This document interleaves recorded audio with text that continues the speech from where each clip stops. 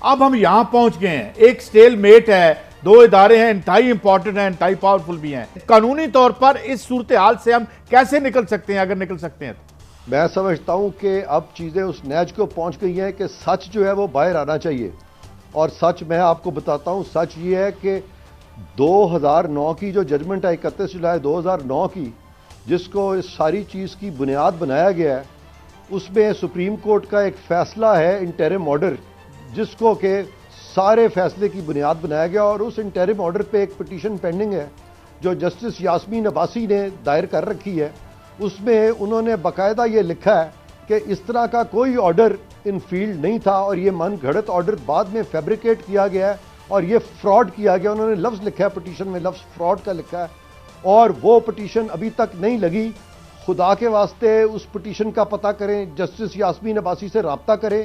اگر اس میں یہ واقعی ثابت ہو جاتا ہے کہ جسٹس یاسمین عباسی کی بات صحیح ہے تو پھر تو 2009 کا جو فیصلہ ہے وہ فراڈ پہ مبنی ہے اور جنرل مشرف کے خلاف سارا ٹریزن کیس خود بخود ختم ہو جاتا ہے. فراڈ کے بارے میں تو یہ کہا گیا کہ fraud vitiates even the most solemn of proceedings. پھر تو کسی پروسیڈنگ کی ضرورت ہی نہیں رہے گی، پھر تو اسی چیز سے فیصلہ ہو جائے گا. اور اگر وہ فیکٹس اگر اٹارنی جنرل صاحب نکلوا لیں اس وقت اور وہ فیکٹس جو ہیں وہ پولیس کے حوالے کر دیں تفتیش کے لیے، ساری بات جو ہے کھل کے سامنے آ جائے گی، دودھ کا دودھ اور پانی کا پانی ہو جائے گا.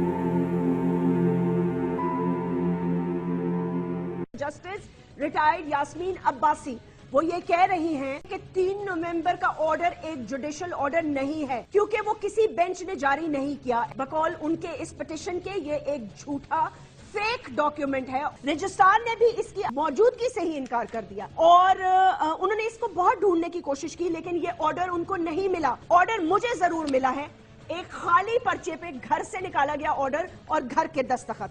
3 نومبر 2007 کو وجیح الدین کے کیس میں 7 جج اسمبل ہوئے، انہوں نے ایک آرڈر پاس اور اس کی حکومت رولی ہوئی ہے. یہ میں جن کو میں ریپرزینٹ کر رہا ہوں، جہاز ابراہیم جو پرماننٹ جج ہیں، ان کا موقف یہ ہے کہ 7 جج اسمبل نہیں ہوئے. جیوید بھٹو صاحب کو بلایا گیا، وہ وہاں گئے، انہوں نے کہا میں اس کا حصہ نہیں ہوں. نواز عباسی صاحب کو بلایا گیا، ان کی شہادت آئے گی، وہ کہتے ہیں ان کا حصہ نہیں. رانا بھگوان داس صاحب تو 31 کو لندن سے آئے، 1 نومبر کو لاہور لینڈ کیا، اسلام آباد لینڈ کیے، 10 بجے کی فلائٹ سے کراچی چلے گئے. انہوں نے 5 کو سائن کیے اور غلام ربانی صاحب کراچی چلے گئے. اگر 7 ججوں نے سائن نہیں کیے تو وہ 3 نومبر کے آرڈر میں سکم ہے.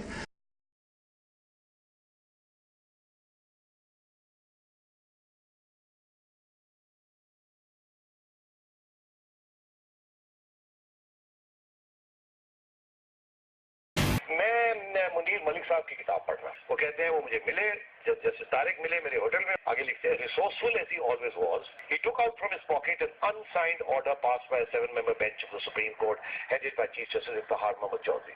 کہتے ہیں انہوں نے اپنی جیب سے ایک کاغذ نکالا اور کہا کہ یہ ایک آرڈر ہے جو 7 ممبر بینچ نے پاس کیا ہے جس کے سربراہ چیف جسٹس. یہ وہی آرڈر ہے جس کی پھر انہوں نے یہاں ریپروڈکشن کی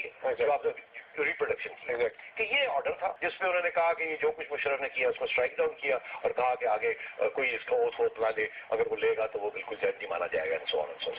جس کا حوالہ اب ہر جگہ دیا جاتا ہے 3 نومبر کا 7 ممبر بینچ کا آرڈر لکھا ہے انسائنڈ آرڈر. میں بڑا پریشان ہوا، میں نے کہا یار ایک آرڈر سپریم کورٹ کا اگر انسائنڈ ہو تو وہ تو آرڈر نہیں ہوتا، اس کو تو کسی صورت میں آرڈر نہیں کہا جائے گا، ججمنٹ تو ججمنٹ ہی نہیں ہوتی. یہ میں لایا ہوں، یہ وہ ऑर्डर है अनसाइंड, जो कि रिप्रोड्यूस किया गया है मुनीर मलिक साहब की किताब में। आप देख रहे हैं कि ऑर्डर वही है बिल्कुल, मगर साइन नहीं है। लोग जजेस के नाम लिखे हुए मगर साइन नहीं, ये कोई सिग्नेचर नहीं है। ओके, ये तो फिर ऑर्डर ना हुआ ना, इसकी तो कोई लीगल हैसियत नहीं है। और ये नाम भी है कि हैंड राइटिंग। मगर जब मैंने इसकी आगे तफ्तीश की कि यार ये कैसे हो गया, तो मुझे पता चला कि नहीं एक साइंड ऑर्डर भी है। अच्छा, तो मैंने कहा यार वो कौन सा, तो वो निकलवाया जब मैंने, तो वो मेरे सामने ये है। तो फिर जब इसको मैं देखता हूँ तो इसमें सारे जजेस के सिग्नेचर्स हैं। अच्छा, और ये वही ऑर्डर है, तो फिर ठीक होगा ना? ठीक नहीं ना। इसमें एक जज साहब ने अपने सिग्नेचर के साथ डेट भी लिख दी, तो डेट लिख दी 5th, 3rd नहीं 5th। फिर से आप ठीक पढ़ रहे हैं, ये ठीक पढ़ रहा हूँ, ये सामने आपके। और फिर दिलचस्प बात कि 5 तारीख को ये ऑर्डर इश्यू होता है इन जजेस के सिग्नेचर्स के अंडर, और हालांकि 3rd नवंबर की बात होती है हर जगह। तो मैंने फिर किसी को पूछा, मैंने कहा यार ये कैसे हो गया, ये 5 की डेट लिखी हुई है। उन्होंने किसी ने मुझे आगे से जवाब दिया कि जी वो जज साहब को पूछा बाद में किसी ने, ये 5 की होने का गलती हो गई, याद नहीं था दिन क्या गलती हो गई। मुझे आप बताएं कि इतना बड़ी चीज, इतनी बड़ी चीज, इतने सुप्रीम कोर्ट के जजेस, क्या वो डेट गलत लिखती? और इतने इम्पोर्टेंट चीज। और फिर एक बड़ी दिलचस्प बात है इस पे, अब आप देखिए इसमें उर्दू में भी नाम लिखे हुए कि जज, 2 जज के नाम के आगे, सिग्नेचर के आगे उर्दू में भी उनके नाम लिखे हुए। उर्दू में क्यों नाम लिखे हुए? किसी और का तो लिखा नहीं हुआ, इन दोनों के क्यों लिखे हुए? ये तो ऐसे लगता है जैसे कि किसी को भेजा गया उनके पास और कहा गया कि भाई तुम चले जाओ, ये फलाने जजेस से ये साइन करवा के ले आओ। लगता है ऐसे, मतलब है जो है साजिश की, कंस्पिरेसी करनी है आपने, मगर समझ नहीं आती इसका कि क्यों लिखे गए। तो सवाल नंबर 1 कि उर्दू के नाम क्यों लिखे गए, यहाँ नहीं होने चाहिए।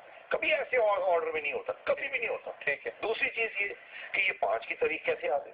अगर 3 का ऑर्डर है तो 5 की तारीख कैसे?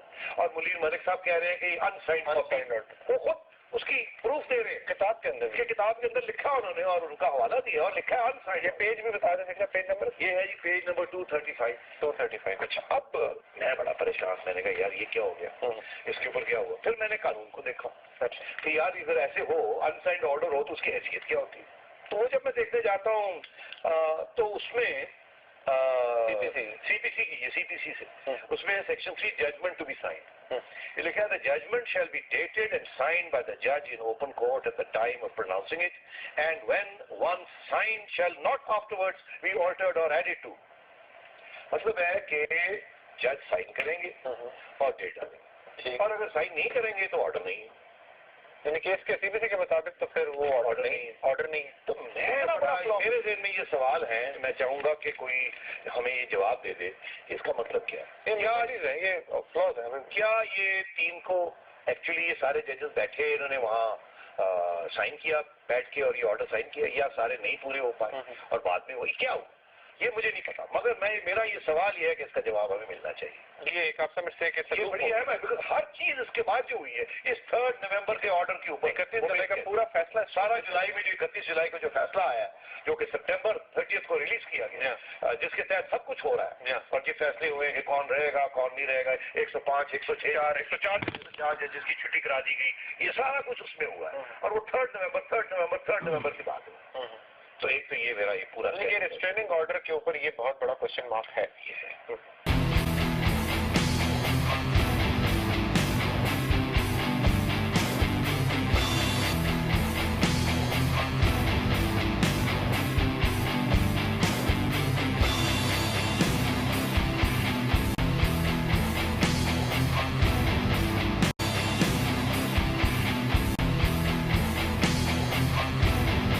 साहिबा का, ये अगर कोई फैसला फ्रॉड से ऑब्टेन किया गया हो तो उसको तो सुप्रीम कोर्ट खत्म कर सकती है फौरन।